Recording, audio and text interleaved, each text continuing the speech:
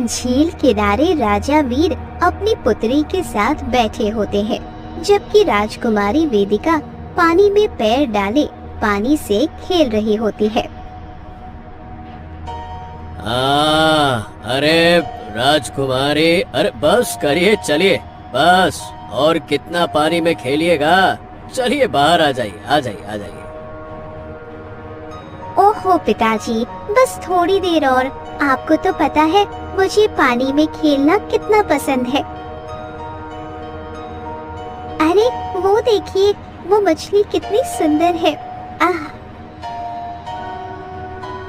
अभी राजकुमारी वेदिका उस मछली को देखकर ये कह रही होती है कि अचानक वो मछली उन्हें काटने के बाद अपने असली अघोरी रूप में आ जाती है। हाय हाय हाय हाय हाय हाय हाय, आज से पहले मैंने इतनी सुंदरता कभी नहीं देखी। महाराज, क्या क्या ये आपकी पुत्री है? हाँ, लेकिन तुम कौन हो? तुम तो एक मछली थी ना। ये अघोरी का अचानक से तुम्हारा रूप कैसे बदल गया?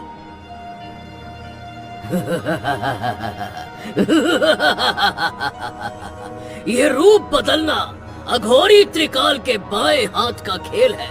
खैर, वो सब छोड़िए महाराज। मेरे मन को आपकी पुत्री भा गई है, इसीलिए मैं उससे अभी इसी समय विवाह करना चाहता हूँ। ये क्या बातें करते हो? ये कभी नहीं होगा, हरगिज नहीं। हम अपनी पुत्री का विवाह तुम जैसे घटिया अघोरी से हरगिज नहीं कर सकते।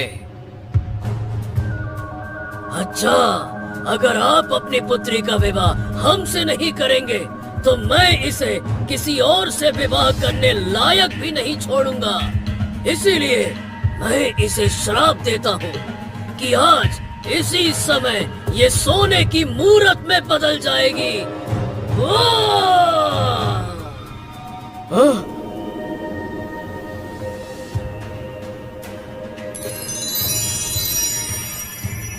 और फिर अघोरी त्रिकाल के श्राप देते ही राजकुमारी वेदिका तुरंत वहीं पर सोने की मूर्ति बन जाती है।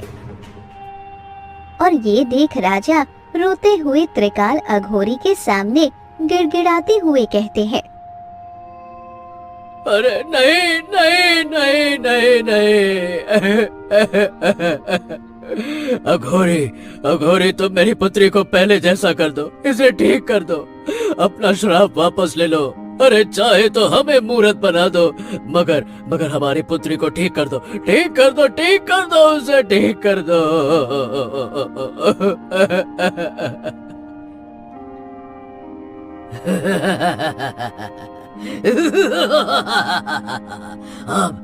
अब बहुत देर हो चुकी है महाराज।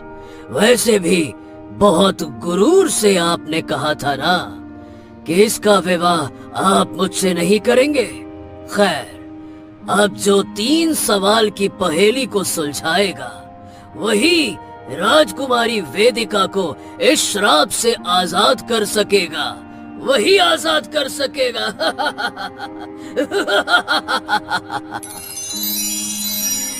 त्रिकाल अघोरी ये कहकर दोबारा से मछली का रूप लेकर झील में कहीं गायब हो जाता है,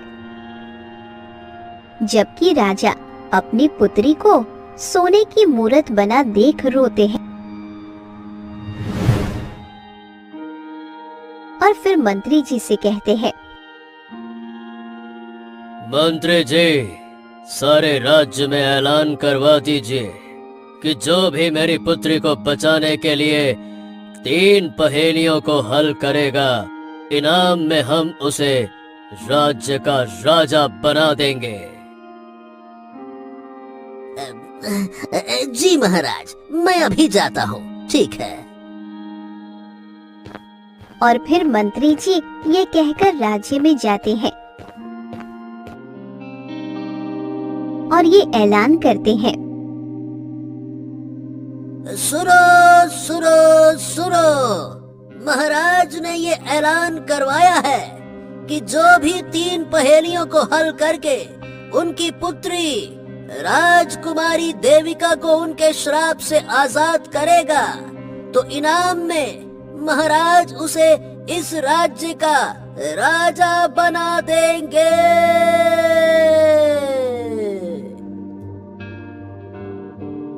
क्या बात कर रहे हैं? सही में? माने राजा जीत कोई 3 पहेली सुलझाने वाले के किसी भी इंसान को राज्य का राजा बनाइए देंगे? हाँ हाँ बिल्कुल, लेकिन जो उस 3 पहेली को सुलझा पाएगा इनाम उसी को मिलेगा, और जो नहीं हल कर पाएगा बदले में उसको मौत मिलेगी। ये भी ध्यान रखना। हाँ। अच्छा, तो ऐसी बात है।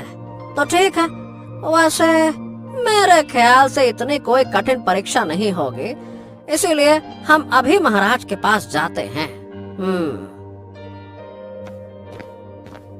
और फिर वो लोग मंत्री जी के साथ जाते हैं और महाराज से कहते हैं, प्रणाम महाराज, मैं आपकी तीनों पहेलियों को हल करने के लिए तैयार हूँ। अच्छा, ठीक है, लेकिन तुम जानते हो अगर तुम नहीं सुलझा पाए तो बदले में तुम्हें मौत मिलेगी। हाँ हाँ जी महाराज, क्या समस्या है? एक दिन तो जाना ही है, लेकिन हाँ, मुझे खुद पर विश्वास है, मैं उन तीनों पहेलियों को हल कर सकता हूँ। अब बताइए, मुझे उन पहेलियों को हल करने के लिए कहाँ जाना होगा? ठीक है, तो सुनो, तुम्हें दिव्य लोक जाना होगा। वहाँ तुम्हें एक बूढ़ा आदमी मिलेगा जो तुम्हें 3 पहेलियों के बारे में बताएगा। ठीक है महाराज, मैं अभी दिव्य लोक जाता हूँ। ठीक है। और फिर भोला वहाँ जाता है। जब सामने उसे एक बूढ़े काका नजर आते हैं जो कहते हैं, तो तुम हो जो मेरी 3 पहेलियों को सुलझाने के लिए आए हो? हाँ काका, हैं तो हम ही। बताइए काका, आपकी 3 पहेलियाँ क्या हैं, जिसे मैं जल्दी से सुलझा सकूं? और फिर जल्दी से क्या है, मुझे राजा भी बनना है ना, बहुत सारा काम है, राज्य भी संभालना है। चलिए, राजा बनने के बाद बहुत सारी जिम्मेदारी भी तो होगी मुझ पर, इसीलिए जल्दी से पूछिए। चलिए, आधा राजा तो बन ही गया हूँ,